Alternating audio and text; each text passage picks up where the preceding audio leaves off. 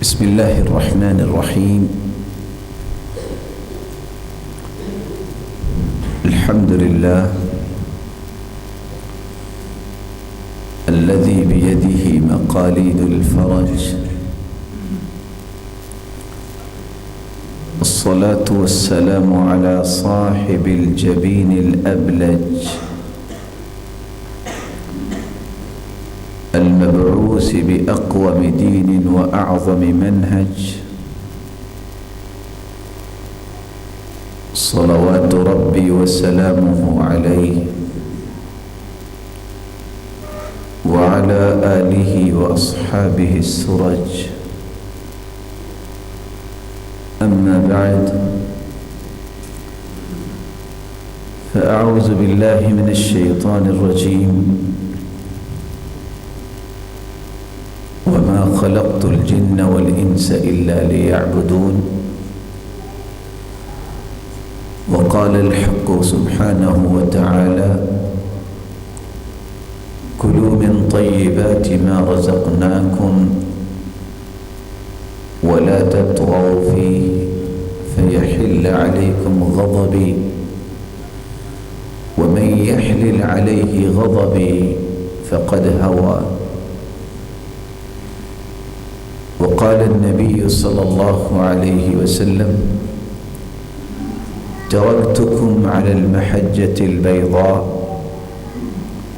ليلها كنهارها لا يزيغ عنها إلا هالك. محترم سے لائٹ کو ذرا اوپر کروا دیجیے.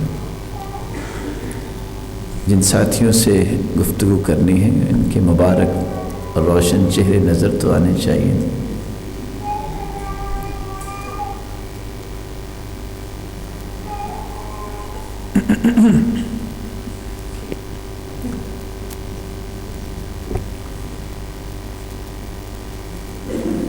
اللہ عز جلال ہم سب کے خالق و مالک اور رازق ہیں، اور مالک الملک نے معاشرے کے اندر روشنیاں بکھیرنے کے لیے انبیاء اور رسل کو مبعوث فرمایا. انبیاء اور رسل ایسی شخصیات کا نام ہے جن کو اللہ عز جلال کی طرف سے مبعوث کیا گیا، اور یہ وہ ہستیاں ہیں جو اپنے اپنے وقت میں کائنات میں سب سے اعلیٰ ہستیاں ہوا کرتی ہیں.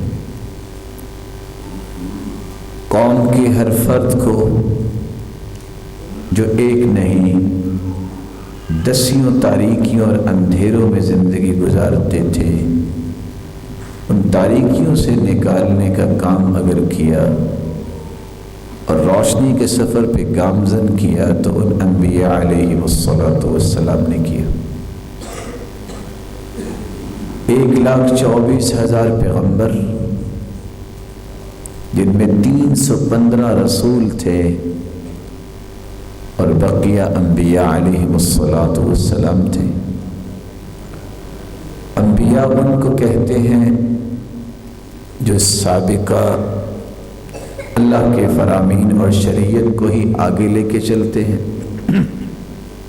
اور رسول اس کو کہتے ہیں جو اللہ عز جلال سے نئی شریعت بھی ساتھ ملا کے لوگوں کو پیش کرتے ہیں. ذرا بھائی سے گزارش کیجئے کہ لائٹ کو نا اوپر کر دیں.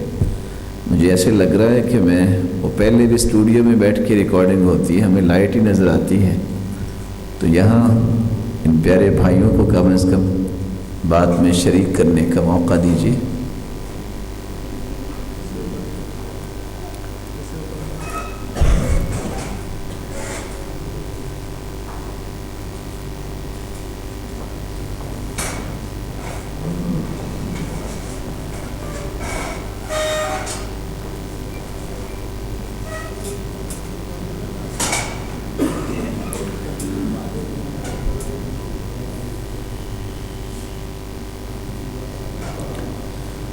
آپ صلی اللہ علیہ وآلہ وسلم کی آمد ہوئی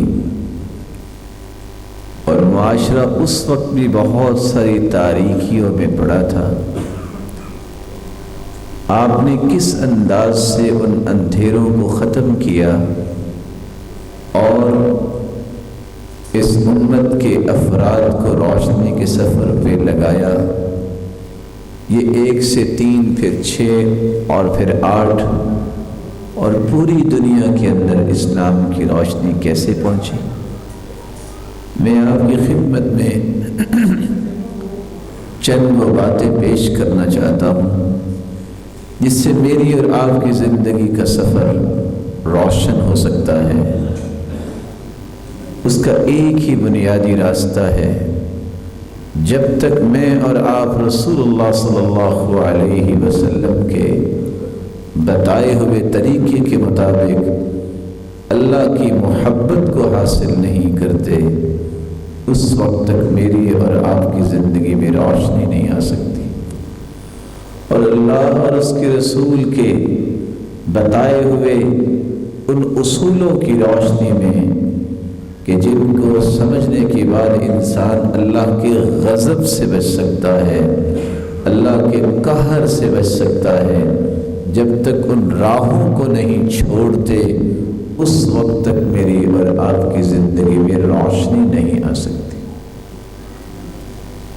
یہ روشنی کا سفر اس دن شروع ہوگا جب میرے مالک نے مجھے اور آپ کو اپنا محبوب بنانے کا فیصلہ کر لیا، اور میں اور آپ اللہ ذوالجلال کے محبوب کیسے بن سکتے ہیں؟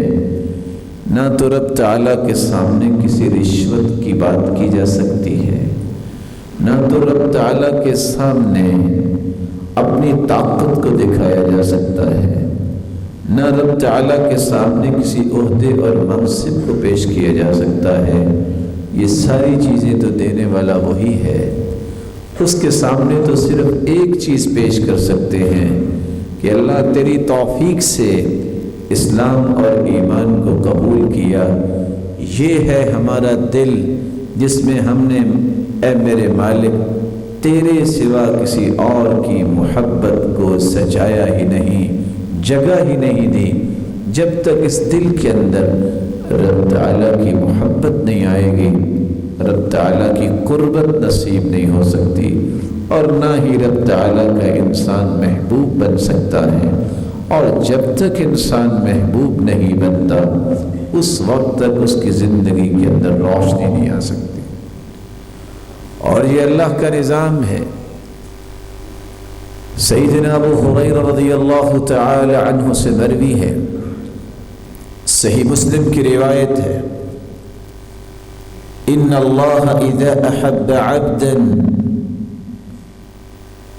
نادى جبریل، اللہ ذوالجلال جب کسی سے محبت کرتے ہیں تو جبریل کو آواز دیتے ہیں، فأخذت السماء رعدة ورجفة، اللہ ذوالجلال کی کلام کی وجہ سے آسمانوں میں زلزلہ آ جاتا ہے، سب فرشتے بے ہوش ہو جاتے ہیں، رب تعالیٰ کے حکم سے ہوش میں آتے ہیں، اور جبریل امین کو اجازت دی جاتی ہے۔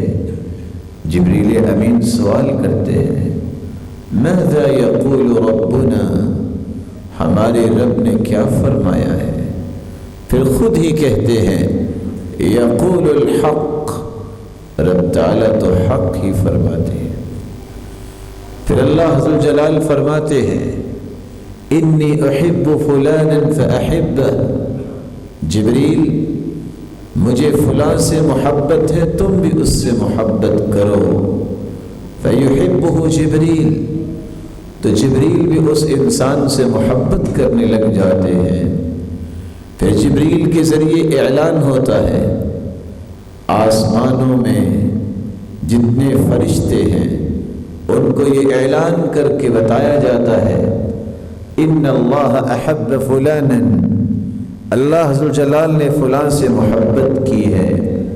جبریل فرماتے ہیں میں بھی اس سے محبت کرتا ہوں، فاحبوا، اے آسمانوں میں رہنے والی نورانی مخلوق تم بھی اس سے محبت کرو۔ فَيُحِبُّهُ أَهْلُ السَّمَاءِ، آسمان والے اس سے محبت کرنے لگ جاتے ہیں۔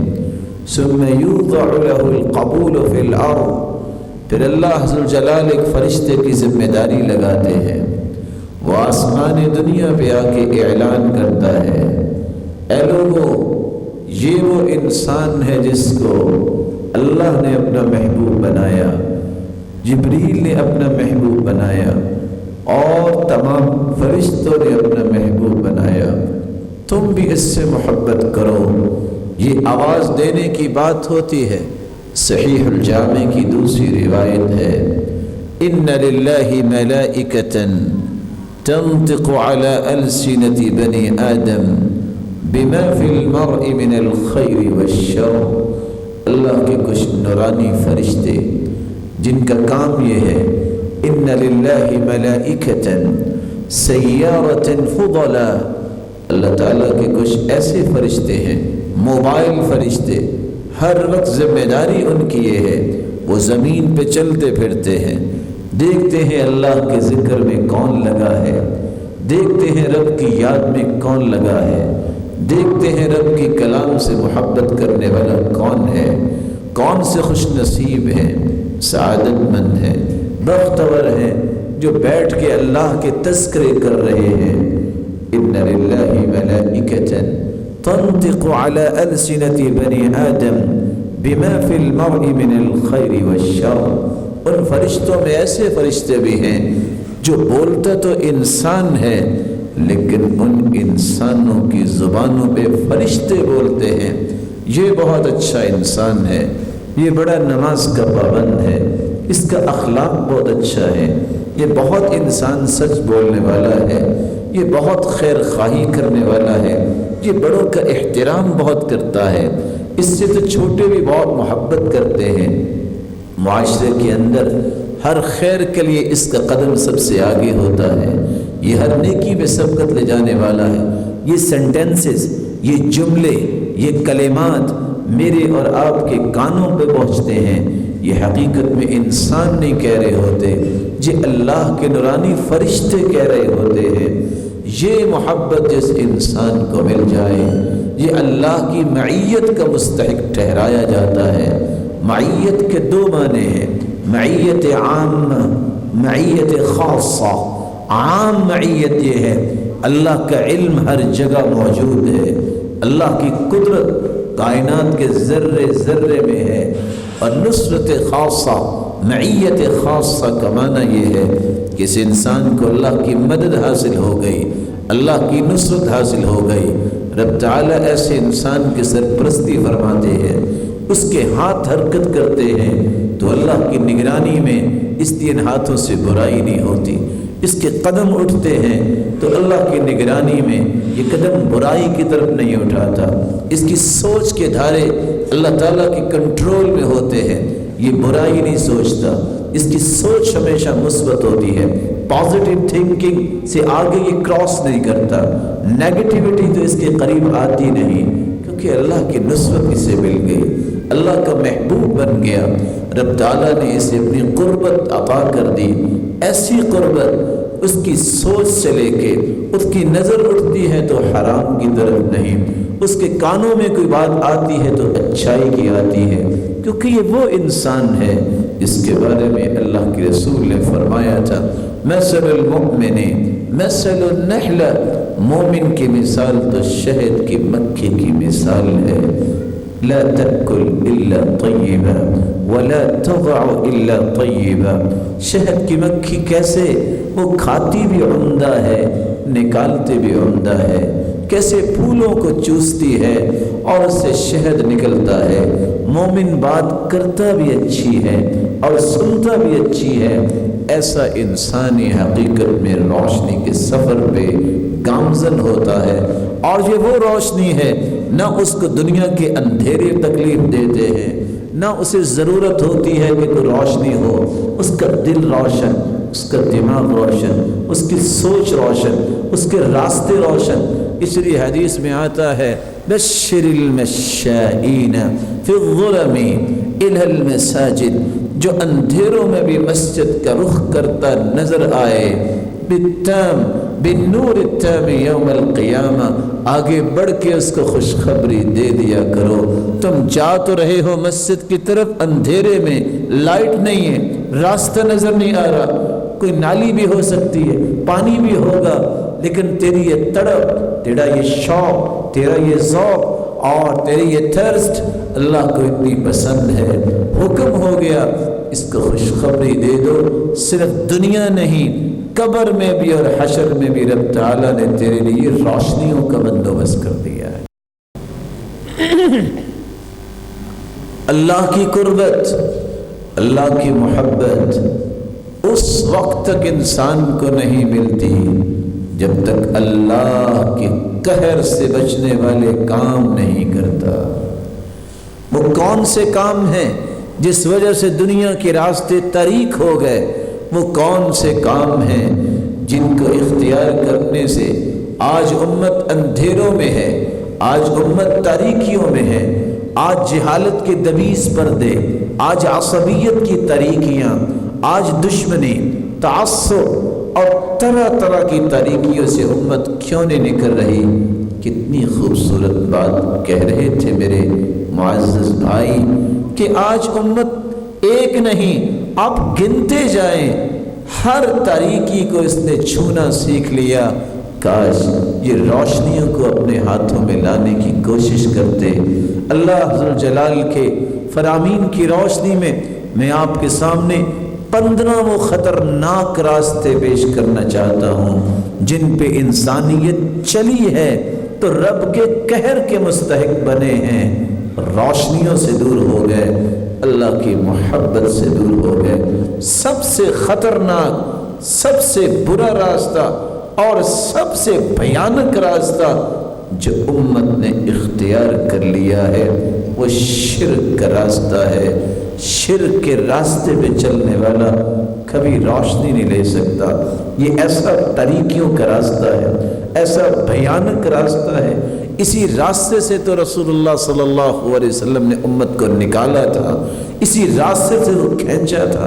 یہی تو وہ راستہ تھا کہ اسلام سے پہلے حالت یہ تھی، انسانیت اتنی تاریکیوں کے دبیز پردوں تلے تھی کہ ایک شخص کا باپ بھی فوت ہو جاتا تو اپنی چادر ماں کے سر پہ ڈال کے اپنی ماں کو بھی بیوی بنا لیا کرتا تھا۔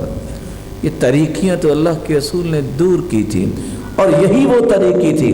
رب سے آشنا نہیں تھے، رب کا تعارف نہیں تھا، رب سے واقفیت نہیں تھی، رب کے بارے میں ان کے اندازے غلط تھے۔ اس لیے تو کہتے تھے ایک رب یہ سارے کام کیسے کرے گا؟ کوئی کہتا تھا روشنی کا رب اور ہے، تاریکی کا رب اور ہے، کوئی کہتا بارش کا رب اور ہے، اور خشکی کا رب اور ہے، اور تری کا رب اور ہے۔ یہ ایک رب سارے کام کیسے کرے گا؟ ان کے سارے آئیڈیالوجی، ان کے نظریات، ان کے افکار، یہی تو اللہ کے رسول نے پالش کیے تھے، اور انہی تاریکیوں سے نکال کر ان کو روشنی پہ لا کے کھڑا کیا تھا۔ رب تعالیٰ قرآن مجید میں فرماتے ہیں ان الذين اتخذوا العجل سينالهم غضب من ربهم وذلة في الحياة الدنيا وكذلك نجزي المفترين۔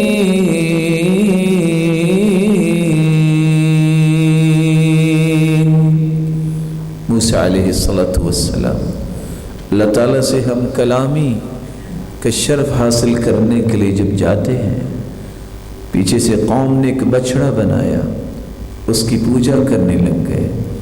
رب تعالیٰ نے اس کی بابت قرآن میں ایک حقیقت کھول دی۔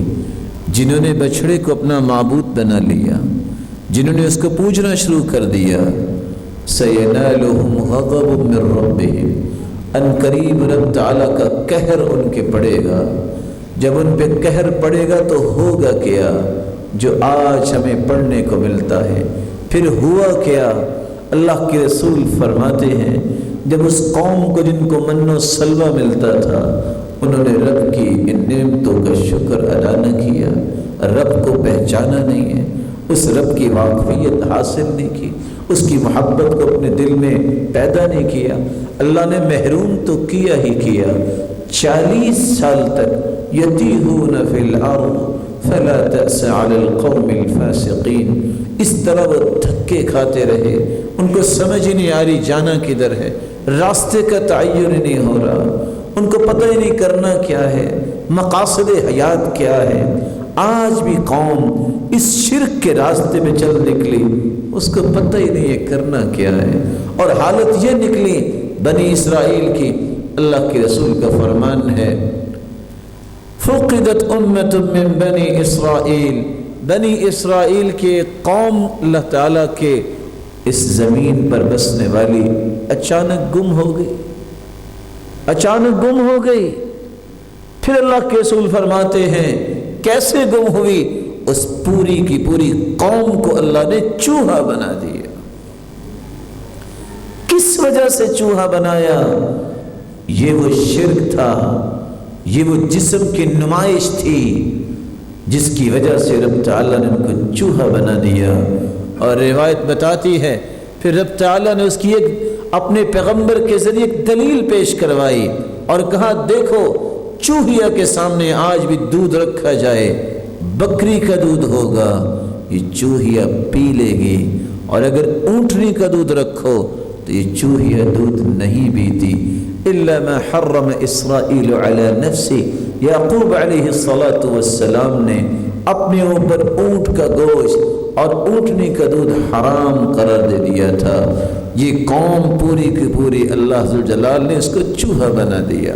اور دوسری روایت میں آتا ہے جب گو پیش کی گئی، ذب رسول اللہ صلی اللہ علیہ وسلم کے سامنے پیش کی گئی، آپ نے اپنا ہاتھ کھینچ لیا، پوچھا احرام یا رسول اللہ صلی اللہ علیہ وسلم، اللہ کے پیارے پیغمبر یہ گو حرام ہے کیا؟ کہا نہیں حرام نہیں ہے، انی اعاف، مجھے اچھی نہیں لگتی، میں نہیں کھاؤں گا۔ دوسری روایت میں آتا ہے میری قوم کے لوگ نہیں کھاتے۔ تیسری روایت میں آتا ہے مجھے لگتا ہے یہ کوئی قوم تھی جس کو اللہ نے مسخ کر کے گو اور ذب کی شکل دے دی۔ یہ شرک ہے جس راستے پہ امت چل نکلی ہے، اس کو روشنی کیسے ملے گی؟ یہ امن کی روشنی سے ترسی ہوئی قوم کو سمجھنا چاہیے، امن تو ہی ان لوگوں کے لیے ہے، یہ روشنی امن کی ملتی ان کو ہے جو شرک سے بچتے ہیں۔ اللہ کا قرآن سنیے، الذین آمنوا ولم یلبسوا ایمانہم بظلم اولئک لهم الامن وهم مهتدون۔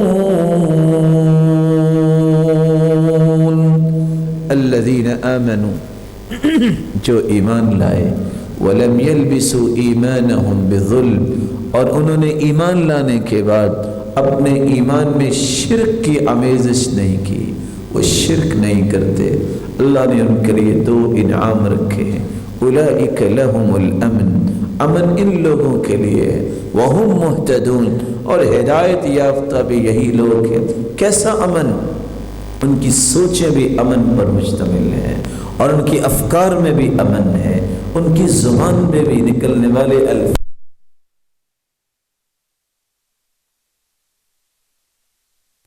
معاشرے میں سب سے بڑا امن کا داعی نظر آتا ہے کون؟ جو موحد ہوتا ہے، جو توحید والا ہوتا ہے، جو ایک رب کی پرستش کرتا ہے، شرک سے بچتا ہے، اس سے بڑا کوئی امن والا نہیں ہو سکتا۔ ہدایت یافتہ بھی یہی انسان ہے۔ اس لیے سب سے پہلا راستہ چھوڑیے، اگر روشنی کا راستہ لینا ہے شرک کے راستے سے جدا ہو جائیے، شرک سے اپنے آپ کو بچائیے، اپنی اولاد کو بچائیے، اپنے رشتہ داروں کو بچائیے، اپنے خاندان کو بچائیے، اور پھر اپنے معاشرے کے افراد کو بچائیے۔ 1-2 باتیں میں اس بات میں تھوڑی سی کلیریفیکیشن دینا چاہوں گا۔ شرک سے کیوں منع کرتے ہیں؟ اللہ ذوالجلال نے اپنے پیغمبر کو یہ سمجھایا تھا، ایک نہیں 18 انبیاء کا تذکرہ کرنے کے بعد فرمایا وَلَوْ أَشْرَكُوا، اگر پیغمبر جو پوری کائنات سے اعلیٰ ہوا کرتے ہیں اگر یہ بھی شرک کریں تو رب تعالیٰ ان کی زندگی کے بھی سارے اعمال کو ضائع کر دے گے۔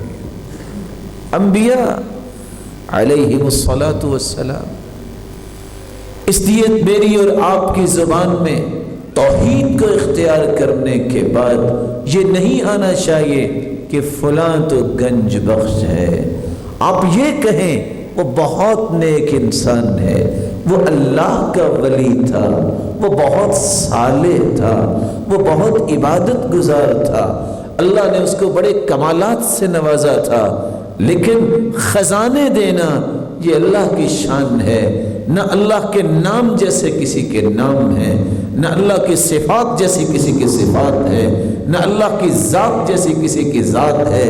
یہ شرک ہے کہ میں رب تعالیٰ کے سوا کسی اور کو گنج بخش کہوں۔ آپ یہ کہو دیانت داری سے، اپنے بھائی کی بات کو سمجھیے، گالی بھی نہ دو، لڑائی بھی نہ کرو، فساد بھی نہ مچاؤ، بلکہ یہ کہو بھائی نہیں، گنج بخش صرف اللہ کی ذات ہو سکتی ہے، کیونکہ قرآن کہتا ہے وَلِلَّهِ خَزَائِنُ السَّمَاوَاتِ وَالْأَرْضِ وَلَكِنَّ الْمُنَافِقِينَ لَا يَفْقَهُونَ وَلَكِنَّ الْمُنَافِقِينَ لَا يَعْلَمُونَ۔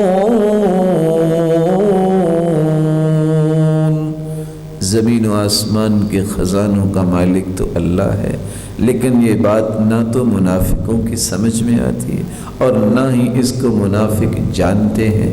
دونوں مرتبہ اللہ ذوالجلال نے فرمایا منافقوں کو کچھ پتہ نہیں ہوتا اور منافقوں کو کوئی سمجھ نہیں ہوتی، لیکن ایک مسلمان کے لیے یہ بھی جائز نہیں ہے کہ وہ گالیاں دینا شروع کر دے، وہ کہے اچھا تم فلاں کو گنج بخش کہتے ہو، وہ تو نعوذ باللہ فلاں ہے۔ قطعاً جائز نہیں۔ جب اللہ کے رسول نے یہ فرما دیا لا تسبوا الشیطان، تم شیطان کو بھی گالی نہ دو، شیطان سے بڑھ کے تو دنیا میں کوئی برا نہیں ہے، اگر شیطان کو گالی دینا جائز نہیں تو کسی نیک آدمی کو، مسلمان کو، اللہ کے ولی کو گالی دینا کیسے جائز ہو جائے گا؟ ایک مسلمان اپنی زبان سے یہ نہیں کہہ سکتا کہ فلاں داتا ہے، کیونکہ داتا کا مطلب اولاد دینا ہے، یہ اللہ کی صفت ہے۔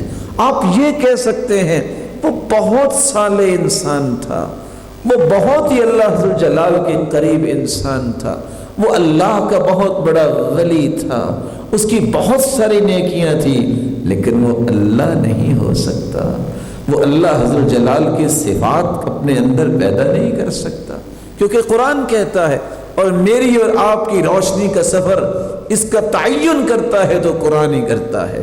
جو روشنی اللہ نے قرآن میں رکھی ہے وہ کسی اور جگہ روشنی نہیں ہے، اس لیے رب تعالیٰ فرماتے ہیں یَهَبُ لِمَن يَشَاءُ إِنَاثًا وَيَهَبُ لِمَن يَشَاءُ الذُّكُورَ أَوْ يُزَوِّجُهُمْ ذُكْرَانًا وَإِنَاثًا وَيَجْعَلُ مَن يَشَاءُ عَقِيمًا۔ جس کو چاہے اللہ بیٹیوں سے نواز دے، وہ جس کو چاہے بیٹوں سے نواز دے، وہ جس کو چاہے دونوں نعمتوں سے نواز دے، اور جس کو چاہے بانجھ بنا دے، کوئی پوچھنے والا نہیں۔ بھائی جو بات طے ہو جائے نا اس میں تبدیلی نہیں کرتے۔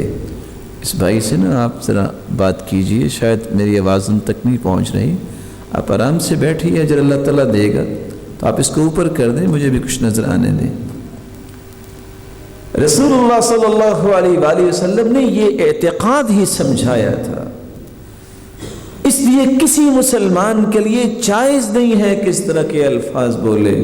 کوئی کہہ رہا ہوتا ہے یہ غریب نواز ہے، بھائی آپ یہ کہو بہت نیک انسان ہے، اس کی عزت کرنی چاہیے اور اس سے کسب فیض کرنا چاہیے، اس سے علم سیکھنا چاہیے اور اس سے دعائیں لینی چاہیے، لیکن وہ غریبوں کو نوازنے والا، امیروں کو نوازنے والا تو اللہ ہی ہے، کیونکہ قرآن کہہ رہا ہے یا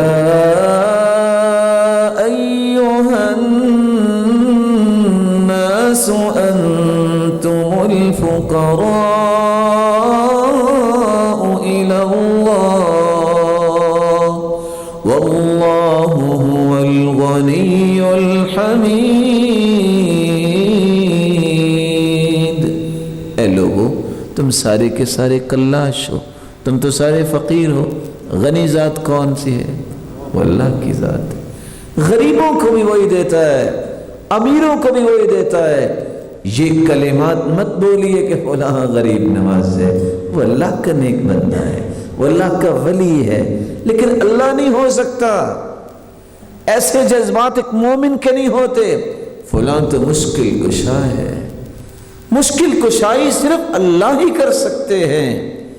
آپ یہ کہہ سکتے ہیں کہ یہ بہت نیک اور پارسا انسان ہے، اس کی بھی مشکلوں کو دور کرنے والا کون ہے؟ اللہ ہے۔ اور قرآن سے روشنی لیجیے، وَإِن يَمْسَسْكَ اللَّهُ بِضُرٍّ فَلَا كَاشِفَ لَهُ إِلَّا هُوَ۔ اے میرے محبوب صلی اللہ علیہ وسلم، تجھے کائنات سے اعلیٰ تو میں نے بنایا ہے، لیکن میرے محبوب اگر تمہیں بھی کوئی مشکل آئے تو اس کو بھی دور کرنے والا ہے اللہ کی ذات ہے۔ یہ راستہ جب تک کلیئر نہیں ہوتا آپ روشنی کے راستے پہ جا ہی نہیں سکتے۔ یہ پہلا راستہ ہی سیدھا کرنا ہوگا۔ اس لیے یمن کی طرف جاتے وقت اللہ کے رسول نے اسی راستے کی تلقین کی تھی۔ معاذ سے کہا تھا سب سے پہلا کام تو نے یہ کرنا ہے، ان غلط راستوں سے لوگوں کو ہٹاؤ۔ وہ کون سا غلط راستہ ہے؟ شرک کا راستہ ہے۔ ان اول ما تدعوهم الیہ شہادت ان لا الہ الا اللہ۔ معاذ جب تم یمن پہنچو تو سب سے پہلے انہیں کہنا کہ وہ گواہی دیں کہ اللہ کے سوا کوئی عبادت کے لائق نہیں ہے۔ ان کو یہ بتانا عبادت اللہ الہ الا اللہ، اس رب کی عبادت کرے جس رب نے انہیں پیدا کیا ہے۔ جب تک اس بات کو سمجھ نہیں لیتے فَإِن فَعَلُوا ذَلِكَ، اگر وہ توحید کو مان لیتے ہیں فَأَعْلِمْهُمْ، پھر ان کو بتانا کہ تم پہ نماز بھی فرض ہے۔ آج مجھے یہ بتائیے، آج یہ وطن عزیز جو اللہ نے ہمیں نعمت دی ہے، رب تعالیٰ اس کی حفاظت فرمائے اور اس کے باسیوں کی حفاظت فرمائے، اس کی فوج کی حفاظت فرمائے۔ آج اس وطن میں آپ 5 کلومیٹر سفر نہیں کرتے، آپ کو کیا کچھ نظر آتا ہے، کیا کیا شرک کے اڈے بن گئے ہیں۔ ان باتوں کو سمجھیے۔ اس لیے دوسرا راستہ جو اللہ کے رسول نے بند کیا، روشنی کی طرف لانا چاہا، آپ نے فرمایا اللہ کا قہر ان لوگوں پہ آتا ہے جو قبروں کو سجدہ گاہ بنا لیتے ہیں۔ رسول اللہ صلی اللہ علیہ وآلہ وسلم کے فرمان کو سنیے۔ ہر شخص چاہتا ہے میرے جانے کے بعد میرا کوئی تذکرہ کرے، ہر شخص کی ایک خواہش ہوتی ہے، لیکن اللہ کے رسول دعا کیا کر رہے ہیں؟ اللہم لا تجعل قبری وثنا یعبد،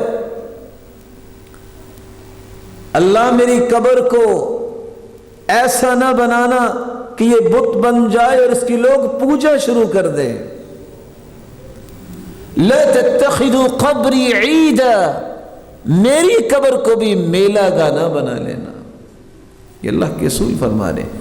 اور ساتھ اللہ کے رسول نے فرمایا اشتد غضب اللہ علی قوم اتخذوا قبور انبیائہم مساجد، رب تعالیٰ کا قہر پڑتا ہے اللہ غضبناک ہوتے ہیں اس قوم پر جو قوم انبیاء کی قبروں کو مسجدیں بنا لیتی ہے۔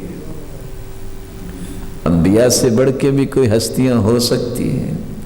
ہمارا ایمان ہے کہ چونکہ انبیاء علیہم السلام کو اللہ نے شان زندگی میں بھی دی، ہمارا یہ ایمان ہے کہ رسول اللہ صلی اللہ علیہ وآلہ وسلم سے بڑھ کے مبارک قبر کس کی ہو سکتی ہے؟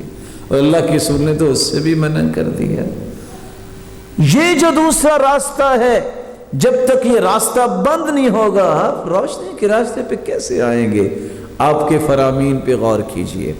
آپ صلی اللہ علیہ وسلم کے صحابی کہتے ہیں نہا رسول اللہ صلی اللہ علیہ وسلم ان تجسس القبور، اللہ کے رسول نے منع کیا کہ قبروں کو پختہ نہ بناؤ، وَأَن يُكْتَبَ عَلَيْهَا، کتبے لکھ لکھ کے نہ لگاؤ، وَأَن يُبْنَى عَلَيْهَا، قبر پہ کوئی تعمیر کا کام نہ کرو، وَأَن تُوطَعَ، اور قبروں کی بے حرمتی بھی نہ کرو کہ جانور چھوڑ دو اور خود بھی قبروں کے اوپر چلتے رہو۔ آپ نے 4 کاموں سے منع کر دیا۔ پھر فرمایا لا تصلوا الى القبور ولا تصلوا علیہا، نہ قبروں پہ سجدے کرو، نہ نماز پڑھو، نہ ان کی طرف منہ کر کے نماز پڑھو۔ آپ صلی اللہ علیہ وسلم نے 6ٹھی بات یہ سمجھائی، مسلمانوں اپنے گھروں میں نوافل پڑھا کرو، لا تجعلوا بیوتکم مقابر، اپنے گھروں کو مقبرے نہ بناؤ کیونکہ قبرستان میں نماز نہیں ہوتی۔ آپ نے فرمایا لا تجعلوا بیوتکم قبورا، اپنے گھروں کو قبریں نہ بناؤ۔ سورۃ البقرہ پڑھا کرو، جس گھر میں سورۃ البقرہ پڑھی جاتی ہے وہاں سے شیطان چلا جاتا ہے۔ کیوں گھر کو قبرستان نہ بناؤ؟ کیونکہ قرآن قبرستان میں نہیں پڑھا جاتا۔ رسول اکرم صلی اللہ علیہ وسلم نے تو فرمایا تھا میں تمہیں کہوں گا، پہلے منع کیا تھا کہ قبرستان میں نہ جاؤ، میں تمہیں اجازت دیتا ہوں، لیکن اس کے مقاصد کیا ہے؟ جنازہ پڑھنے جاؤ، کسی کو دفنانے جاؤ، فَإِنَّهَا تُذَكِّرُ الْمَوْتِ، قبرستان میں جاؤ گے تمہیں موت یاد آئے گی، تُرِقُّ الْقَلْبِ، تمہارا دل نرم ہوگا، تُدَمِّعُ الْعَيْنِ، تمہاری آنکھوں سے آنسو جاری ہوں گے، تُذَكِّرُكُمُ الْآخِرَةِ، تمہیں اپنی آخرت یاد آئے گی، تُزَهِّدُ فِي الدُّنْيَا، تمہیں دنیا سے بے رغبتی حاصل ہوگی۔ جب یہ مقاصد نہیں، وَلَا تَقُولُوا هُجْرًا، کوئی غلط بات نہ کرنا، وَلَا تَقُولُوا مَا يُسْخِطُ الرَّبِّ، اور ایسی بات نہ کہہ دینا جس سے تمہارے رب کا قہر نازل ہو، وہ تم سے غضبناک ہو، ناراض ہو جائے۔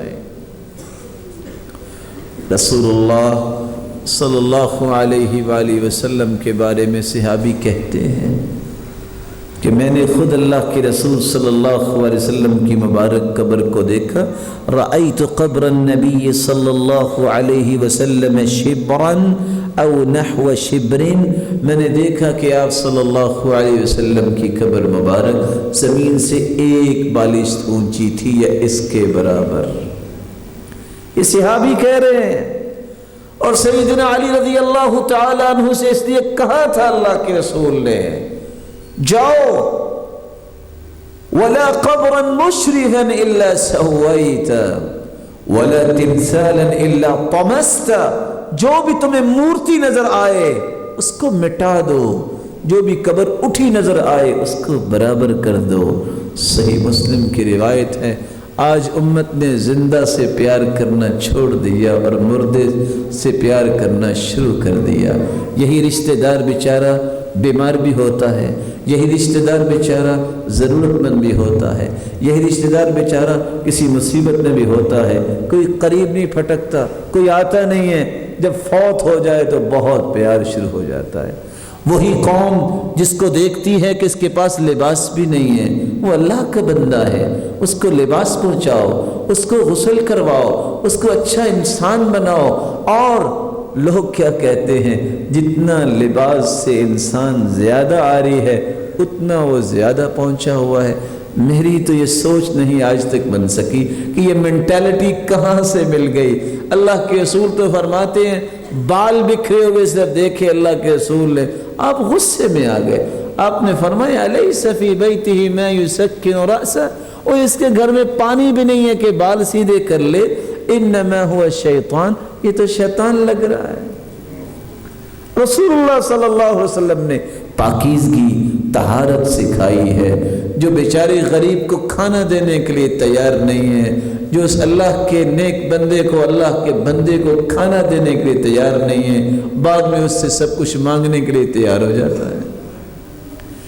تیسرا راستہ جو اللہ کے قہر کا راستہ ہے، جب تک اللہ کی نشانی اور آیتوں کو ٹھکرانا نہیں چھوڑتی قوم، یہ روشنی کا سفر حاصل نہیں کر سکتی.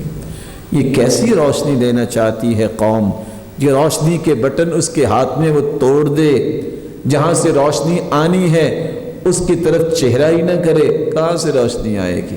اللہ کی نشانیاں کیا ہے؟ اللہ کی کلام ہے، اللہ کے شعائر ہے، انبیاء کی عزت و حرمت ہے، بیت اللہ ہے، مسجد نبوی ہے، مسجد قباء ہے، یہ تمام کی تمام مساجد. جب تک ان چیزوں کا تقدس میرے دل میں نہیں آئے گا، عظمت نہیں آئے گی، میری روشنی کا سفر شروع نہیں ہو سکتا. آج مسلمان بھول گیا کہ ان مسلمانوں کو اللہ نے عزت دی تھی تو صرف اس اسلام کی وجہ سے دی تھی. وہ اسلام جو دار ارقم سے شروع ہوا، بیت اللہ سے شروع ہوا، دار ارقم سے ہوتا ہوا صفا یونیورسٹی میں پہنچا اور پھر دنیا کے کونے کونے تک پہنچا. اللہ ذو الجلال اسی کے بارے میں قرآن مجید میں فرماتے ہیں ضربت عليهم الذلة أينما ثقفوا إلا بحبل من الله وحبل من الناس وباءوا بغضب من الله وضربت عليهم المسكنة ذلك بأنهم كانوا يكفرون بآيات الله ويقتلون الأنبياء بغير حق ذلك بما عصوا وكانوا يعتدون. ایسے لوگ جہاں بھی جائیں گے ان پہ ذلت ہی رہے گی، وہ رسوا ہی رہیں گے. کون سے لوگ؟ جنہوں نے اللہ کی آیتوں کا انکار کر دیا، جنہوں نے اللہ ذو الجلال کی نشانیوں کو ٹھکرا دیا، اللہ کی آیتوں کا انہوں نے انکار تو نہ کیا ہی کیا، اس کی عظمت کو نہ سمجھا. ایسے لوگوں پہ ذلت اور رسوائی اللہ مسلط کر دیتے ہیں، جس کے نتیجے میں انہوں نے انبیاء کو بھی قتل کیا، جس کے نتیجے میں انہوں نے اللہ کی آیتوں کا بھی انکار کیا. رب تعالی ہمیں محفوظ فرمائے. آج جس بندے کے دل میں مسجد کا تقدس نہیں، جس بندے کے دل میں اللہ کے شعائر اور نشانیوں کی عظمت نہیں، یہ پوری زندگی بھی متقی نہیں بن سکتا. اس لیے علماء یہ لکھتے ہیں وَمَن يُعَظِّمْ شَعَائِرَ اللَّهِ فَإِنَّهَا مِن تَقْوَى الْقُلُوبِ. جو اللہ کے شعائر کی عظمت کو سمجھتا ہے یہی تو تقوی کی علامت ہے. اس لیے امام ابن القیم رحمۃ اللہ علیہ کہا کرتے تھے اللہ نے دین تو دو جگہوں سے دیا ہے، مسجد سے، مسجد والے سے. ان دونوں میں سے کسی ایک سے متنفر ہو جائے آدھے دین سے فارغ ہو جاتا ہے. دونوں کی نفرت دل میں آ جائے تو یہ سارے دین کی رونق سے اپنے آپ کو محروم کر لیتا ہے. اس لیے چوتھا راستہ جس کے بارے میں قرآن نے رہنمائی دی ہے، تاریکی کا چوتھا راستہ چھوڑیے تبھی روشنی کی طرف آئیں گے. رب کے فیصلوں پہ راضی ہو جائیے، اپنے فیصلے ٹھونسنے کی کوشش نہ کیجیے. جو اللہ نے فیصلے کر دیے، جو اللہ ذو الجلال کی مشیت سے کام ہونے ہیں، اسی کے فیصلے نافذ ہونے ہیں. اپنی مرضیاں چھوڑ دو، اپنے فیصلوں پہ رب کے فیصلوں کو ترجیح دو. جب تک یہ انسان کا عقیدہ نہیں بنتا روشنی کا سفر شروع نہیں ہوتا. بئس ما اشتروا به أنفسهم أن يكفروا بما أنزل الله بغيا أن ينزل الله من فضله على من يشاء من عباده فباءوا بغضب على غضب وللكافرين عذاب مہین۔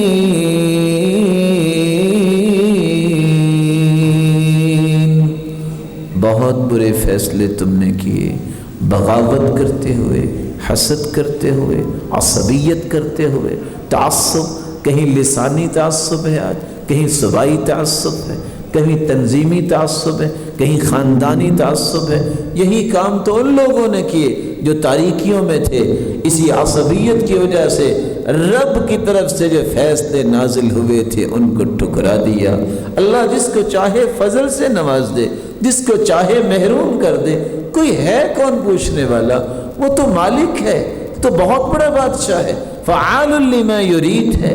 وہ تو جو چاہتا ہے کر گزرتا ہے۔ وہ چاہے تو دھکے دینے والوں کو محروم کر دے اور یوسف کو کنویں سے نکال کے مصر کے تخت پہ بٹھا دے۔ وہ چاہے تو 40 سال حکومت کرنے والے مصر کی اور ان کو پکڑ کے پنجرے میں بند کروا دے۔ وہ تو بادشاہی بہت بڑا ہے۔ اس کے فیصلوں کو مانو، اس کے فیصلوں کو تسلیم کرو جو اللہ نے فیصلے کر دیے۔ کسی کو امیر بنایا، کسی کو غریب بنایا، کسی کو اور اچھی دے دی، صلاحیت دے دی، کسی کو محروم رکھا۔ اس میں ضرور اللہ کی حکمت ہے۔ اس لیے سلف کہا کرتے تھے لذتی و راحتی فیما قدر علی، میری لذت، میری زندگی کی راحت یہ ہے میرے رب نے میرے بارے میں فیصلہ کیا کیا ہے، یہی میری لذت ہے، یہی میری راحت ہے۔ اس لیے سلف کہا کرتے تھے جب میری خواہش کے مطابق کام ہوتا ہے مجھے ایک خوشی ہوتی ہے، جب میری خواہش کے مطابق کام نہیں ہوتا اللہ کا فیصلہ آتا ہے مجھے 2 خوشیاں ہوتی ہیں۔ خواہش کے مطابق کام ہو تو خوشی کیوں؟ اللہ نے مجھے انعام دے دیا۔ اور جب خواہش کے مطابق کام نہیں ہوتا 2 خوشیاں کیوں؟ اللہ نے مجھے اس کام کی برائی سے روک دیا اور محفوظ کر لیا۔ اور دوسرا اللہ ذوالجلال کی میں اس فیصلے کو مانتا ہوں، اپنی خواہش کو توڑ دیتا ہوں، مجھے 2 خوشیاں ملتی ہیں۔ 5واں راستہ جو تاریکی کا ہے اس کو چھوڑا جائے تب روشنی کا سفر آسان ہوگا۔ وہ راستہ کیا ہے کہ اللہ ذوالجلال نے جو تمہیں نعمتیں عطا کی ہیں اللہ کی پسند کو اپنی پسند پہ مقدم کیجئے۔ آپ حیران ہوں گے، بنی اسرائیل کا بھی آپ نے تذکرہ سنا، جن لوگوں کو اللہ من و سلوہ دے رہے تھے، نہ پکانے کی ضرورت نہ کھپنے کی ضرورت، انہوں نے کیا کیا کہ اللہ نہیں، یہ کیا ہے دوسرے دن بٹیر بھنے آ جاتے ہیں، یہ کیا ہے اللہ تعالیٰ آپ بھیجوا دیتے ہیں، ہمیں کچھ سبزیاں دو، ہم کو دالیں کھائیں، ہم کو ککڑیاں اور ترکاریاں کھائیں۔ اللہ کی پسند پہ اپنی پسند کو ترجیح دے دی۔ اور یہاں کو سن کے یہ بات سمجھیے، انسان جب بھی اللہ ذوالجلال کے دین کو چھوڑتا ہے وہ یہی فیصلہ کرتا ہے، رب تو اسے کھجوروں کا ٹوکرا دینا چاہتا ہے، وہ بیچارہ ٹوکری کی لالچ میں ساری زندگی گزار دیتا ہے، وہ خالی ٹوکری بھی نہیں ملتی اسے۔ وَإِذْ قُلْتُمْ يَا مُوسَى لَن نَّصْبِرَ عَلَى طَعَامٍ وَاحِدٍ فادع لنا ربك يخرج لنا مما تنبت الأرض من بقلها وقثائها وفومها وعدسها وبصلها قال أتستبدلون الذي هو أدنى بالذي هو خير اهبطوا مصرا فإن لكم ما سألتم وضربت عليهم الذلة والمسكنة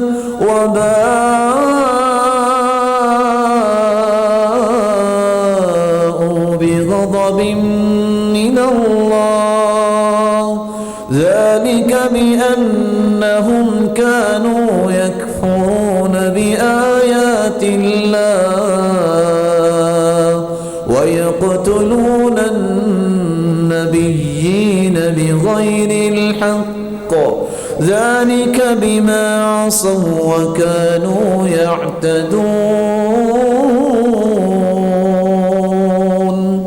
وإذ قلتم يا موسى لن نصبر على طعام واحد بنی اسرائیل کے لوگوں یاد کرو اللہ نے تمہیں من و سلوہ دیا اور تم آ کے نبی کو کیا کہتے دعائی کر دے کو دال مل جائے بھلا بٹیر اچھا ہے کہ دال سوچئے کیسے فیصلے کیے ان لوگوں نے آج امت کے لوگ بھی اسی فیصلوں کی طرف آگے ہیں اللہ جنت کے سودے کروانا چاہتے ہیں یہ مٹی کا سودا کر رہا ہے اللہ عزتیں دینا چاہتے ہیں یہ ذلت اور پستیاں جو ہے اختیار کرنا چاہتا ہے رسول اللہ صلی اللہ علیہ وآلہ وسلم نے صحابہ کرام کو یہی تو سمجھایا انما هلك بنو اسرائیل حين اتخذ نساؤهم قصة من شعر بنی اسرائیل کو اللہ نے ہلاک کیا تو کس وجہ سے ان کی عورتوں نے سروں پہ جوڑے بنا لیے آج مسلمان بھی وہی شروع کر بیٹھا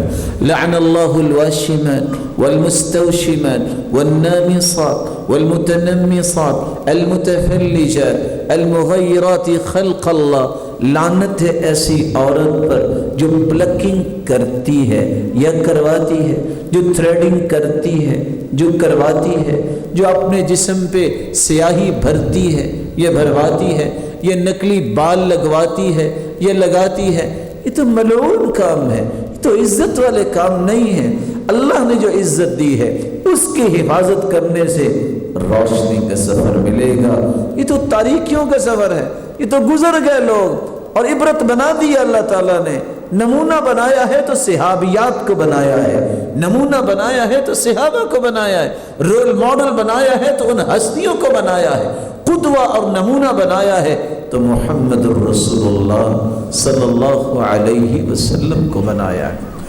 چھٹا راستہ جو آج امت کو چھوڑنا چاہیے تاکہ روشنی کا سفر شروع ہو وہ راستہ کون سا ہے جس کو امت نے اختیار کر لیا اور اس کو کوئی سمجھتا ہی نہیں ہے کہ یہ غلط راستہ ہے عقیدے کا منافق آج کثرت سے پیدا ہونا شروع ہو گیا نفاق کی دو قسمیں ہیں نفاق اصغر نفاق اکبر نفاق اصغر یہ ہوتا ہے کسی نے جھوٹ بولا یہ منافق کی نشانی ہے کسی نے وعدہ خلافی کی یہ بھی منافق کی نشانی ہے کسی نے امانت میں خیانت کی یہ بھی منافق کی نشانی ہے منافق ہے اس کو توبہ کرنی چاہیے یہ جرم ہے یہ گناہ ہے یہ معصیت ہے یہ نافرمانی ہے نو ڈاؤٹ دو رائے نہیں کیونکہ صحیح بخاری مسلم کی روایت ہے کہ جس بندے کے اندر یہ نشانی ہوگی اتنی نفاق کی نشانی ہوگی لیکن ایک بڑا نفاق ہے جس کو نفاق اکبر بولتے ہیں جس کو اختیار کرنے والا قیامت کے دن جہنم کے نچلے درجے میں ہوگا کافروں کے ساتھ ہوگا وہ کون سا منافق ہے جو اللہ کے بھیجے ہوئے پیغمبروں سے بغض رکھتا ہے وہ شخص جو اللہ کے رسول دین لے کے آئے ان کو مذاق کا نشانہ بناتا ہے وہ شخص جو انبیاء علیہم السلام کی نصرت کو پسند نہیں کرتا بلکہ ان کے ساتھ کوئی زیادتی ہو انبیاء کے مشن کے ساتھ اس پہ خوش ہوتا ہے یہ نفاق اکبر ہے اس کے بارے میں تو اللہ نے فیصلہ کر دیا ہے ان المنافقین فی الدرک الاسفل من النار ولن تجد لهم نصیرا منافق یہ جو عقیدے کا منافق ہے یہ جہنم میں نچلے درجے میں ہوگا اور اس کا کوئی مددگار نہیں ہوگا راستہ چھوڑیے دل سے مانیے تسلیم کیجئے انبیاء سے بڑھ کے کوئی ہستیاں نہیں ہیں تسلیم کیجئے صحابہ سے بڑھ کے کسی کی ذات نہیں ہے اللہ ذوالجلال کے دین کو قبول کیجئے تین لفظ جو زبان سے نکالتا ہے رضیت باللہ ربا وبالاسلام دینا وبمحمد نبیا اللہ نے تجھے رب مان کے راضی، تیرے پیغمبر کو سچا نبی مان کے راضی، تیرے بھیجے ہوئے دین کو سچا اور خوبصورت دستور اور آئین مان کے راضی، 3 کلمات زبان سے تم نکالو، 5 انعامات تمہیں مل جائیں گے۔ پہلا انعام غفر لہ ذنوبہ، رب تعالیٰ اس کے سارے گناہوں کو معاف کر دیتے ہیں۔ دوسرا انعام، کسی ظالم بادشاہ کے ظلم سے خوف کھاتے ہو، اللہ اس ظلم سے تمہیں محفوظ فرما دیں گے۔ تیسرا انعام، قیامت کا دن ہوگا، اللہ کے محبوب تیری سفارش اور شفاعت کریں گے۔ چوتھا انعام، لآخذنہ بیدی، اللہ کے رسول فرماتے ہیں میں اپنے ہاتھ سے اس کا ہاتھ پکڑوں گا اور اسے جنت میں داخل کروا دوں گا۔ پانچواں انعام، کان حقا علی اللہ ان یرضیہ یوم القیامہ، یہ جنت میں تو جائے گا، اس وقت تک رب تعالیٰ اسے نعمتوں سے نوازتے رہیں گے جب تک یہ بول کے نہیں کہہ دیتا رضیت یا رب، اللہ بہت نعمتیں جنت میں مل گئی، اب میں راضی ہو گیا۔ کاش مسلمانوں کو یہ بات سمجھ میں آ جائے۔ اس لیے اللہ ذوالجلال نے ایسے لوگوں کے بارے میں بیان کیا جو رب سے بدظن ہو جاتے ہیں، جو اللہ ذوالجلال کے بارے میں بدظنی کا شکار ہو جاتے ہیں، ایسے لوگوں کو بھی اللہ کا قہر پڑتا ہے۔ ابھی کتنی خوبصورت اپنے بات سنی، آج مسلمان کو یقین ہی نہیں رہا میرا کیا بنے گا، کیا بنے گا، وہی جو تیرے رب نے لکھا ہے، میرے فیوچر کے بارے میں کیا بنے گا، تیرے باپ کو بھی اللہ نے دیا، تجھے بھی اللہ دے گا، اس ساری دنیا کو اللہ دے رہا ہے، تمہیں بھی اللہ دے گا۔ ان اللہ لا یضیع اجر من احسن عملا، جو اچھا عمل کرنے والا ہے رب تعالیٰ اسے کبھی بھی محروم نہیں کرتے۔ اس لیے اللہ ذوالجلال نے فرمایا وَيُعَذِّبَ الْمُنَافِقِينَ وَالْمُنَافِقَاتِ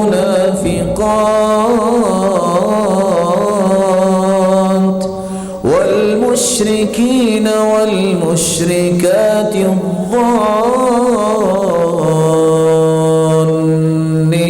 بِاللَّهِ ظَنَّ السَّوْءِ عَلَيْهِمْ دَائِرَةُ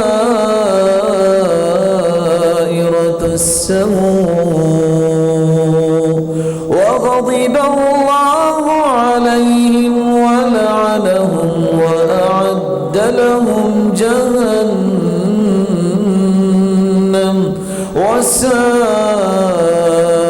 وَسَاءَتْ مَصِيرًا۔ عذاب تو اللہ ان کو دیں گے جو عقیدے کے منافق ہیں، مرد ہوں یا عورتیں، مشرک مرد ہو یا مشرک عورتیں، جو بدظنی کا شکار ہوتے ہیں۔ ایک ہوتا ہے کسی انسان سے بدظن ہونا، ایک ہوتا ہے رب تعالیٰ سے بدظن ہو جانا، میرا تو کچھ بننا ہی نہیں ہے، میرا تو کچھ بنتا ہی نہیں ہے۔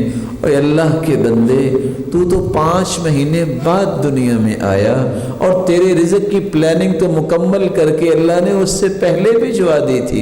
جب 4 ماہ کا بچہ ہوتا ہے، روح پھونک دی جاتی ہے تو اللہ کا نورانی فرشتہ آ جاتا ہے، یؤمر ب40، 4 فیصلے لے کر، بکتب اجلہ ورزقہ شقی او سعید، وہ فرشتہ آ کے لکھ کے فارغ ہو جاتا ہے، اس کی عمر کتنی ہوگی، اس کا رزق کتنا ہوگا، یہ کیسا ہوگا، یہ سارے فیصلے تو تیرے رزق کے دنیا میں 5 مہینے آنے سے پہلے ہی اللہ فارغ ہو چکے ہوتے ہیں، اور تمہیں فکر ہے کہ میرا رزق کیسے ملے گا۔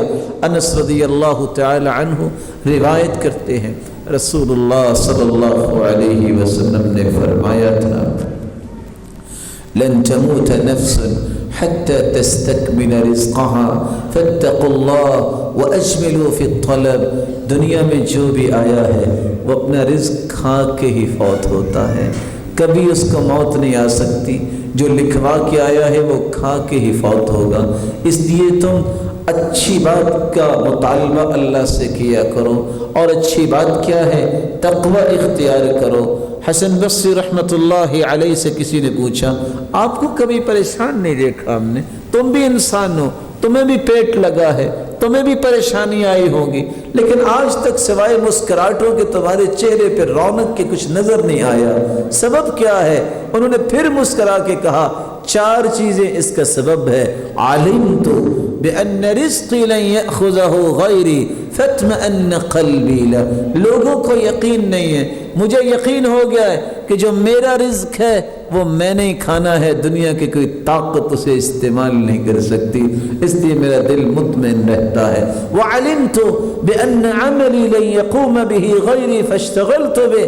مجھے یقین ہو گیا ہے، لوگوں کو شاید یقین نہیں ہے کہ میرا کام میں نہیں کرنا ہے، میری نماز میں نہیں پڑھنی ہے، میں اپنی عبادت پہ توجہ دیتا ہوں، اس لیے مجھے کبھی پریشانی نہیں ہوئی. وعلمت بأن اللہ مطلع علی فاستحییت ان اقابلہ علی معصیہ. مجھے یقین ہے، شاید لوگوں کو یقین نہیں کہ میرے ایک ایک پل کو اللہ دیکھ رہا ہے، اللہ مطلع ہے، اس لیے میں شرماتا ہوں کہ میں جب گناہ کروں گا تو رب کا سامنا کیسے کروں گا. لوگوں کو یہ یقین نہیں ہے. وعلمت بأن موتی. مجھے یقین ہو گیا ہے کہ میری موت کسی وقت بھی آ سکتی ہے.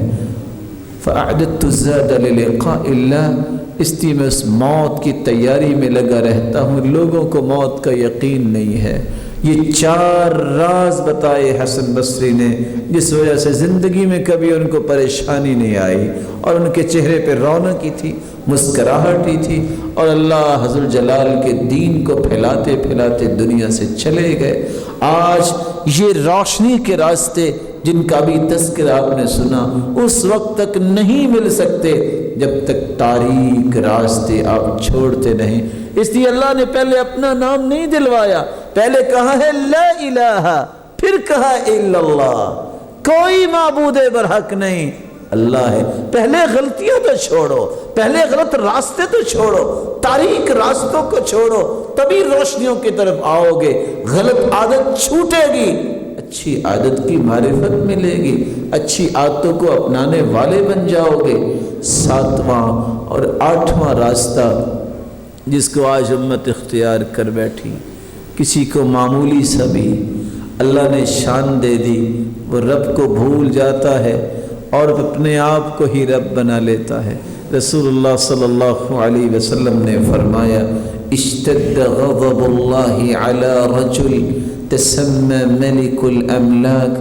اللہ کا قہر نازل ہوتا ہے اس شخص پر جو اپنے آپ کو ملک الاملاک کہتا ہے، شہنشاہ کہتا ہے. اخنس الاسماء الی اللہ. سب سے برا نام اللہ کے ہاں یہ ہے کہ کسی کو شہنشاہ کہا جائے. آج شہنشاہ معظم کا نام سننے کے لیے ساری زندگیاں برباد کر دیتے ہیں لوگ، قتل و غارت ہو جاتی ہے، سارا مال غرق کر دیتے ہیں. کس وجہ سے؟ کہ میرے بارے میں کوئی شخص یہ کہہ دے کہ بادشاہ سلامت آ گئے ہیں، ملک الاملاک، بادشاہوں کا بادشاہ مجھے کو کہنے والا بن جائے. اللہ کے رسول صلی اللہ علیہ وسلم نے فرمایا لا ملک الا للہ. اصل بادشاہی اللہ کی بادشاہی ہے. ایک وقت وہ آنے والا ہے جب ساری دنیا فنا ہو جائے گی، پانی ہی پانی ہوگا. رب تعالیٰ فرمائیں گے لمن الملک اليوم. بتاؤ نا آج پھر کس کی بادشاہی ہے؟ دنیا میں کوئی ہوگا ہی نہیں، جواب کون دے سکے گا؟ خود پھر اللہ تعالیٰ فرمائیں گے للہ الواحد القہار. آج تو ایک اللہ کی بادشاہی ہے اور وہ قہار ہے، اس کے سوا کس کی بادشاہی ہو سکتی ہے؟ 9واں وہ راستہ جس کو آج امت نے اختیار کر لیا. اللہ کے رسول صلی اللہ علیہ وسلم نے فرمایا تھا یہ 3 تاریک راستے چھوڑ دو. وہ کون سے ہیں؟ ثلاثۃ یبغضهم اللہ. 3 لوگوں پہ اللہ کا غضب اور قہر نازل ہوتا ہے. وہ کون سے 3 لوگ ہیں؟ الفقیر المختال والشیخ الزانی والامام الجائر. ایک ہے تو فقیر پھر بھی تکبر کرتا ہے. تکبر تو وہ کرے جس کے پاس کچھ ہے، اس کے پاس تو سبب بھی نہیں ہے. یہ کنگال اور پھر بھی اکڑ کے چلتا ہے. یہ بوڑھا انسان پھر بھی یہ زانی ہے. یہ تو نوجوانوں سے غلطیاں ہوتی ہیں، گناہ ہوتے ہیں، اس کا تو سبب بھی کوئی نہیں ہے. اب تو اس کے قدم بھی آہستہ آہستہ قبر کی طرف اٹھ رہے ہیں، پھر بھی اسے اللہ کا خوف نہیں آتا. الامام الجائر ہے تو بادشاہ، پھر بھی جھوٹ بولتا ہے، ظلم کرتا ہے۔ جھوٹ تو وہ بولے جس کو کچھ چاہیے، جس کو بادشاہت مل گئی اور کیا چاہیے۔ ظلم تو وہ کرتا ہے جس کو کچھ چاہیے، جس کو بادشاہی اللہ نے دے دی، کوئی منصب دے دیا، اس کو ظلم کیسے جچتا ہے؟ اللہ کے رسول نے فرمایا یہ وہ تاریک راہیں ہیں جن کو چھوڑنا پڑے گا۔ اور آپ نے فرمایا تھا، رسول اللہ صلی اللہ علیہ وسلم نے امت کو یہ سبق پڑھایا تھا، یہ بھی آپ کو اور مجھے سمجھنا چاہیے، الخلافۃ فی 30، لوگوں 30 سال تک خلافت رہے گی، ثم یکون بعد ذلک الملک، پھر اس کے بعد بادشاہت آئے گی، ثم یکون ملکا عاضا، پھر ایسے چبا دینے والے ظالم بادشاہ آئیں گے۔ اور اللہ کے رسول صلی اللہ علیہ وسلم نے پھر یہ بھی فرمایا ایک وقت آنے والا ہے، مہدی علیہ السلام اللہ ذوالجلال جو ہے اس کا ظہور فرمائیں گے، یصلحہ فی لیلہ، ایک ہی رات میں اللہ اس کو اس قابل بنائیں گے کہ پھر عیسیٰ علیہ السلام منارہ شرقیہ میں دمشق کی مسجد میں جبریل ان کو اتاریں گے اور عیسیٰ علیہ السلام کا نزول ہوگا، اور پھر دنیا میں وہ عدل ہوگا، وہ انصاف ہوگا کہ اللہ ذوالجلال کے پیغمبر نے اس کی صفات بیان کی، کس طرح بارشیں برسے گی، کس طرح اناج اور غلہ ہوگا، 7 سال تک یہ رون کے دوبارہ آئیں گی، اور عیسیٰ علیہ السلام خنزیر کو قتل کریں گے، دجال کو ماریں گے، اور کس طرح وہ جرف کا علاقہ آج بھی مدینے میں موجود ہے وہاں تک پہنچے گا، مکہ مدینہ میں داخل تو نہیں ہو سکے گا، پھر دوڑے گا، اور عیسیٰ علیہ السلام دجال کے پیچھے دوڑیں گے، اور باب لد اسرائیل کے اندر آج بھی اس کی شناخت کی گئی، وہاں جا کے پھر دجال کو مارا جائے گا، اور ہر درخت اور ہر چیز بول کے کہے گی یا مسلم وراء الیہود تعال فاقتلہ، او مسلمان یہ میرے پیچھے یہودی چھپا ہوا ہے، اس کو مارو، اور مسلمان قتل کریں گے ان سب کو۔ آج یہ ایمان اس کو ہے جس کو اللہ کے رسول کی زبان پر ایمان ہے، جن کے ایمان کمزور کہتے ہیں نہ جانے کیا ہو جائے گا۔ اس وقت پاورز جو ہے وہ تو پاکستان کے خلاف ہے، کس کے خلاف ہے؟ یہ مسلمانوں کا وطن ہے۔ اللہ کے فضل سے یہاں بہت ساری اللہ کی رحمتیں ہیں، تمہیں ایمان کو مضبوط کرنا چاہیے، تمہاری ہوا کو بھی کوئی نہیں دیکھے گا، یہ رب تعالیٰ کی رحمتیں ہیں، یہ ملتی اس کو ہے جس کا عقیدہ مضبوط ہے، جس کا ایمان اور یقین مضبوط ہے۔ رسول اللہ صلی اللہ علیہ وسلم نے فرمایا تھا ظلم سے باز آ جاؤ، یہ ظلم بہت تاریک گلی ہے، جو اس میں چلا جاتا ہے اس کے آگے روشنیاں ختم ہو جاتی ہیں۔ بلکہ رسول اللہ صلی اللہ علیہ وسلم نے فرمایا جو کسی ظلم کی مدد بھی کرتا ہے، اس کی اعانت کرتا ہے، اس پہ بھی اللہ کا قہر نازل ہوتا ہے، اس پہ بھی اللہ کا عذاب نازل ہوتا ہے۔ من اعان علی خصومت بظلم، جو کسی بھی جھگڑے میں مددگار ثابت ہوتا ہے کسی ظالم کا، لم یزل فی سخط اللہ حتی ینزع، اس وقت تک اللہ کی ناراضگی، اللہ کے غضب میں رہتا ہے جب تک وہ جھگڑا چھوڑ نہیں دیتا۔ اور اللہ کے رسول صلی اللہ علیہ وسلم نے فرمایا تھا 10واں راستہ قتل و غارت کا چھوڑیے، لڑائیوں کا چھوڑیے، فسادوں کا رستہ چھوڑیے، خون بہانے سے باز آ جائیے۔ اور فرمایا تھا کہ ایک وقت آئے گا نہ مارنے والے کو پتہ ہوگا کہ میں کیوں مار رہا ہوں، نہ مرنے والے کو پتہ ہوگا میرا گناہ کیا ہے۔ اور اللہ کے رسول نے فرمایا قیامت کے دن ایک شخص آئے گا اور اس کا خون جو ہے تشقب اوداجہ دما، اور اس کی گردن سے خون نکل رہا ہوگا، سر اس نے اپنے ہاتھ میں پکڑا ہوگا، اور اللہ سے آ کے یہ کہے گا یا ربی سلہ فیما قتلنی، اللہ صرف اتنا پوچھے اس نے مجھے قتل کیوں کیا، میرا گناہ تو بتا دے۔ یہ قتل و غارت بھی تاریک گلیاں ہیں، ان گلیوں سے نکلنے کے بغیر آپ روشنی کے سفر کو اختیار نہیں کر سکتے۔ رب تعالیٰ کے قرآن کو سنیے ومن يقتل مؤمنا متعمدا فجزاؤه جهنم خالدا فيها وغضب الله عليه ولعنه وأعد له عذابا عظيما۔ جو کسی مسلمان کو قتل کرتا ہے وہ شخص جہنم میں جائے گا۔ پہلا عذاب خالدن فیہا، اس میں ہمیشہ ہمیشہ رہے گا۔ وغضب اللہ علیہ، اللہ کا قہر اس پہ ٹوٹے گا۔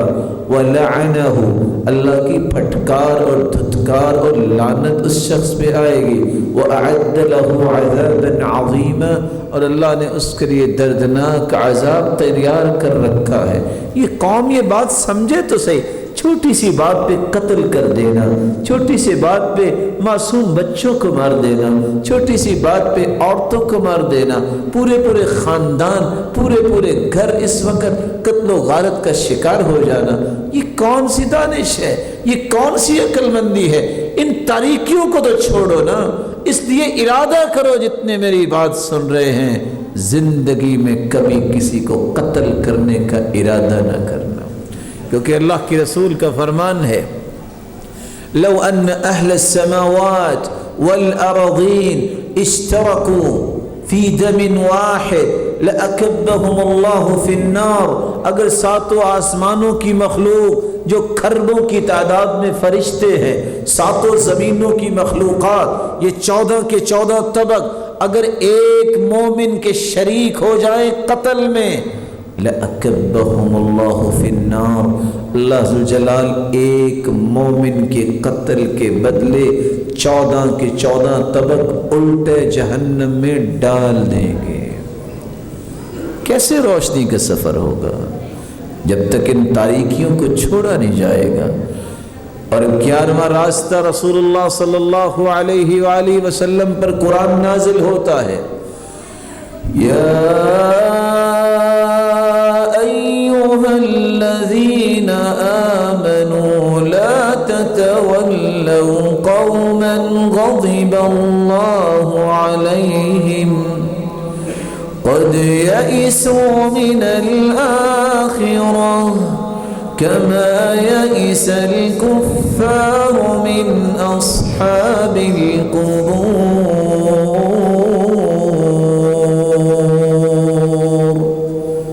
جن پہ اللہ کا قہر ٹوٹا ہے، جن پہ اللہ کا غضب نازل ہوا ہے، وہ یہودی ہیں، وہ عیسائی ہیں، ان کو اپنے دوست نہ بناؤ، ان سے دوستیاں نہ پالو۔ اور قرآن نے کہا ہے وَلَن تَرْضَىٰ عَنكَ الْيَهُودُ وَلَا النَّصَارَىٰ حَتَّىٰ تَتَّبِعَ مِلَّتَهُمْ قُلْ إِنَّ هُدَى اللَّهِ هُوَ الْهُدَىٰ۔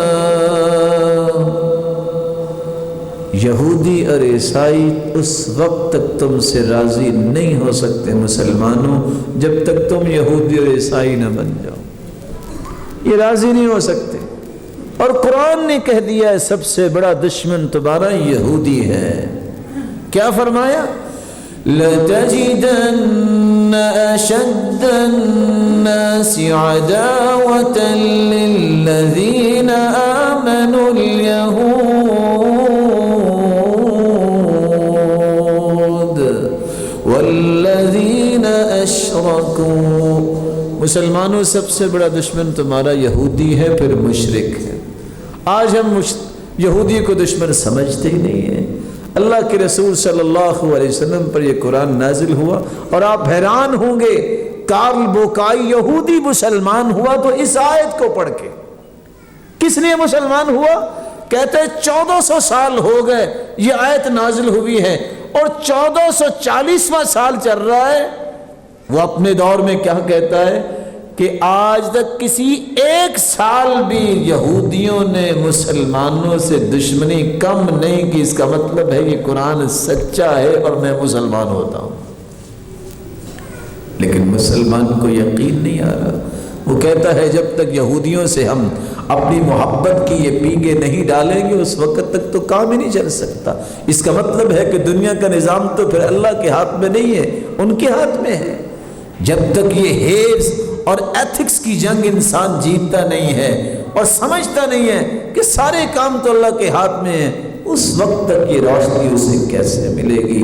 12واں راستہ جس کے بارے میں اللہ کے رسول نے نشاندہی کی ہے، فرمایا من ابغض علی ابغضہ اللہ ومن ابغض عمارا ابغضہ اللہ.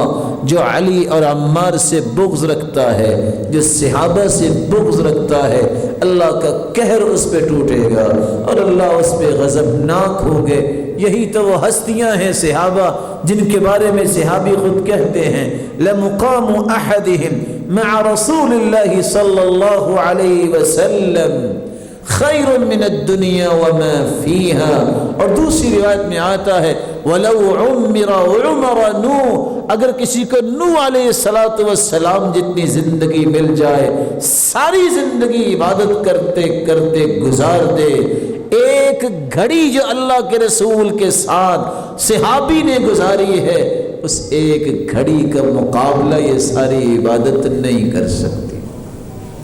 تاریک راہوں سے نکلیے تاکہ روشنی کا سفر شروع ہو. صحابہ کو اپنا رول ماڈل بنائیے، ان کو قدوہ سمجھیے. اور قرآن نے اس لیے تو گواہی دے دی فَإِنْ آمَنُوا بِمِثْلِ مَا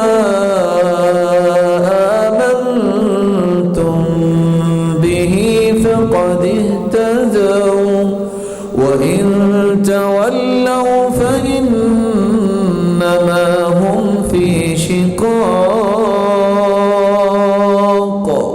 فسيكفيكهم الله وهو السميع العليم.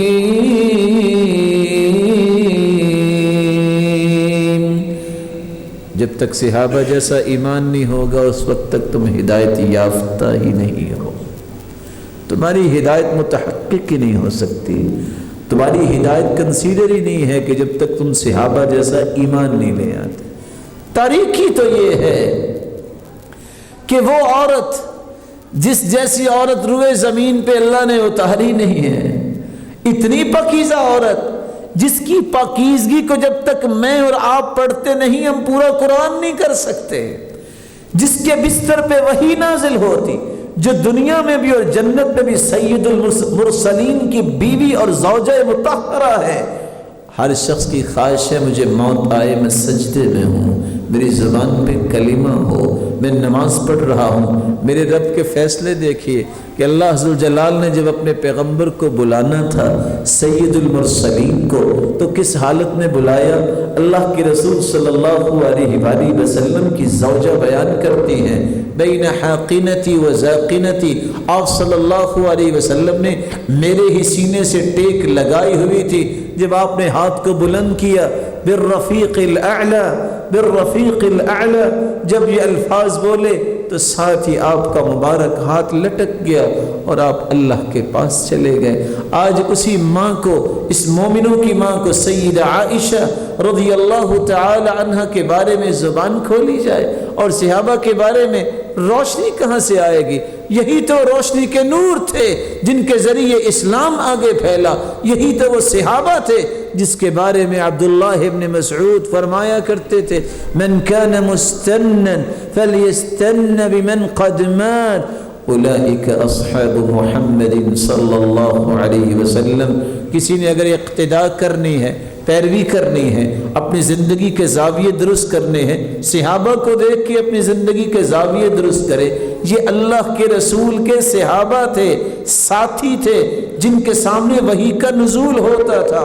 اولئک اصحاب محمد صلی اللہ علیہ وسلم كانوا ابر الناس قلوبا. اللہ نے ایسے نیک دل اللہ کے پیارے پیغمبر کی امت میں پیدا ہی نہیں کیے. وَأَعْمَقُهُمْ عِلْمًا، ان سے گہرا علم اللہ نے کسی کو عطا ہی نہیں کیا۔ وَأَقَلُّهُمْ تَكَلُّفًا، جس طرح وہ نیچرل زندگی گزارتے تھے، تکلفات سے ان جیسا کوئی بچنے والا ہی نہیں تھا۔ وَأَحْسَنُهُمْ أَحْوَالًا، ان جیسے اچھے حالات دنیا میں کسی کو نصیب نہیں ہوئے، اس لیے جب تک ان کو رول ماڈل نہیں بنایا جاتا روشنی کا سفر شروع نہیں ہو سکتا۔ 13واں راستہ رسول اللہ صلی اللہ علیہ وآلہ وسلم نے بیان کیا ہے کہ جب تک تکبر نہیں چھوڑتے اس وقت تک بھی روشنی کا سفر نہیں ملتا۔ تکبر ایک ایسی بیماری ہے جس سے انسان کی صلاحیتیں بسم ہو جاتی ہیں، اور تکبر اس کو نہیں کہتے کہ آپ کا لباس اچھا ہے، آپ جوتا اچھا پہنتے ہیں۔ تکبر کیا ہے؟ جب اللہ کے رسول نے فرمایا کہ جس کے دل میں رائی کے برابر بھی تکبر ہے وہ جنت میں داخل نہیں ہوگا۔ صحابہ بہت خوف زدہ ہو گئے اور سوال کیا، اللہ کے رسول ہر شخص چاہتا ہے کہ اس کا لباس اچھا ہو، اس کا جوتا اچھا ہو۔ آپ نے فرمایا ان اللہ جمیل یحب الجمال، اللہ جمیل ہے اور جمال کو پسند کرتے ہیں۔ بلکہ اللہ کے رسول نے فرمایا تقبلوا ان اللہ یحب ان یرى اثر نعمته علی عبده، اللہ جب کسی کو نعمت دیتے ہیں تو اس کے اظہار کو پسند کرتے ہیں کہ میرے بندے پہ اس نعمت کا اظہار ہونا چاہیے جو اللہ نے اسے عطا کیا ہے۔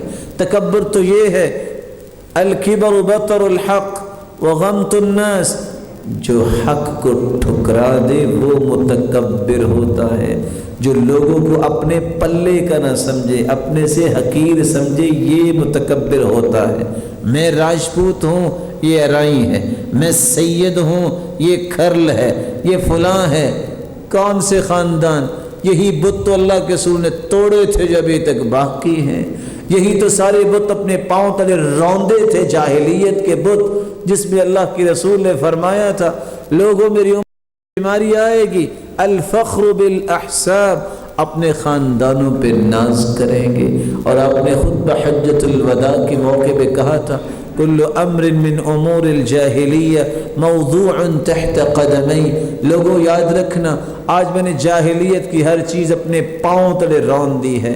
کوئی خاندان کسی خاندان سے اچھا نہیں ہے، اچھا ہے تو تقوی کی وجہ سے ہے۔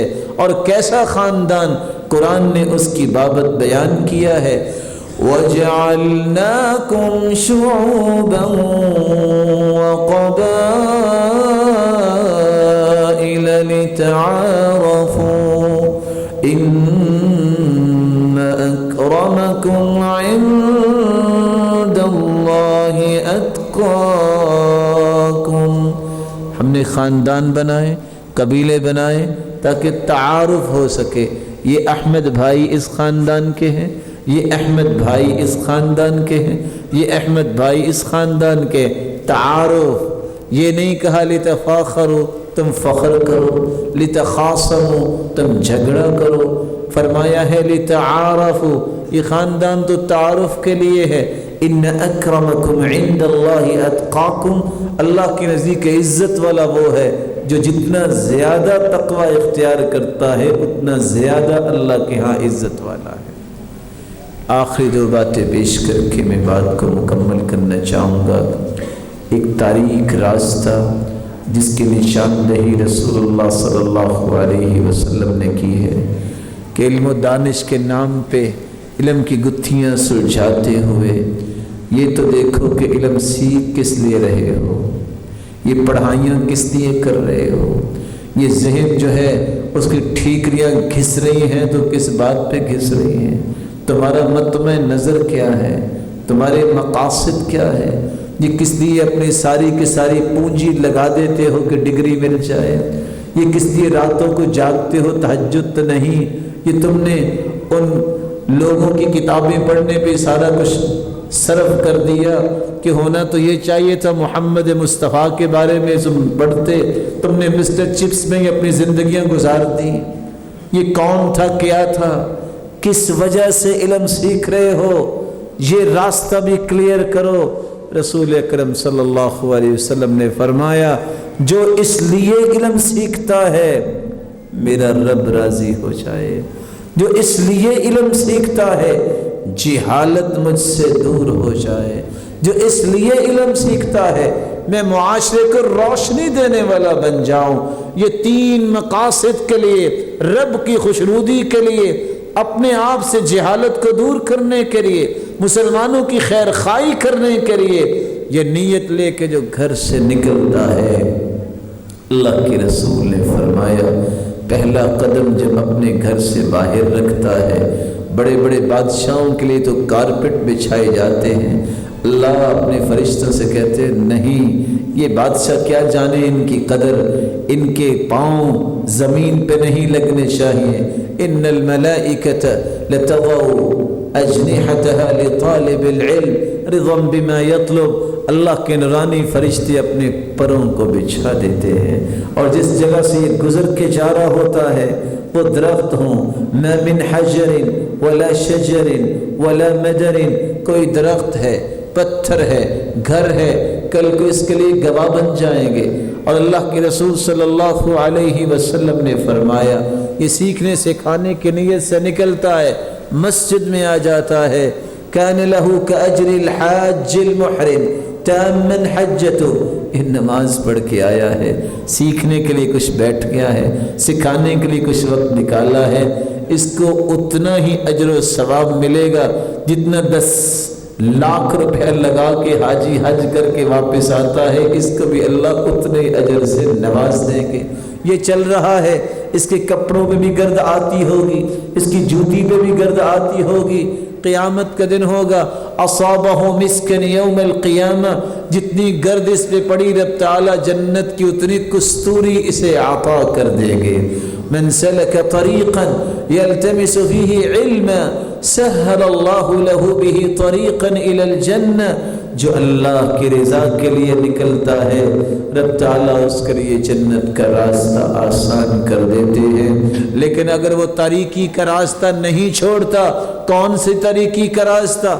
من تعلم العلم یبتغى به وجہ اللہ، علم تو سیکھا جاتا ہے رب کی رضا کے لیے، لیکن سیکھنے والا اگر 5 مقاصد اپنے سامنے رکھتا ہے، لیصیب به عرضا من الدنیا، مجھے دنیا مل جائے، لیصیب به عوضا من الدنیا، مجھے اس کا بدلہ آخرت میں نہیں دنیا میں ہی مل جائے، لیصرف به وجوہ الناس الی، تاکہ دنیا کو میں اپنا قائل اور اپنی طرف مائل کر سکوں، اپنا گرویدہ کر سکوں، لیماری به السفہاء، میں بھی کج بحثی کرنے والا، ڈیبیٹ کرنے والا بن جاؤں، اور بیوقوفوں سے میں کج بحثی کرنے والا بن جاؤں، لیماری به السفہاء، او اللہ کے رسول نے فرمایا او لیباہی بہ العلماء، کہ میرا بھی نام جو ہے وہ علماء کے اندر آ جائے۔ یہ 5 مقاصد کسی کے دل میں ہیں،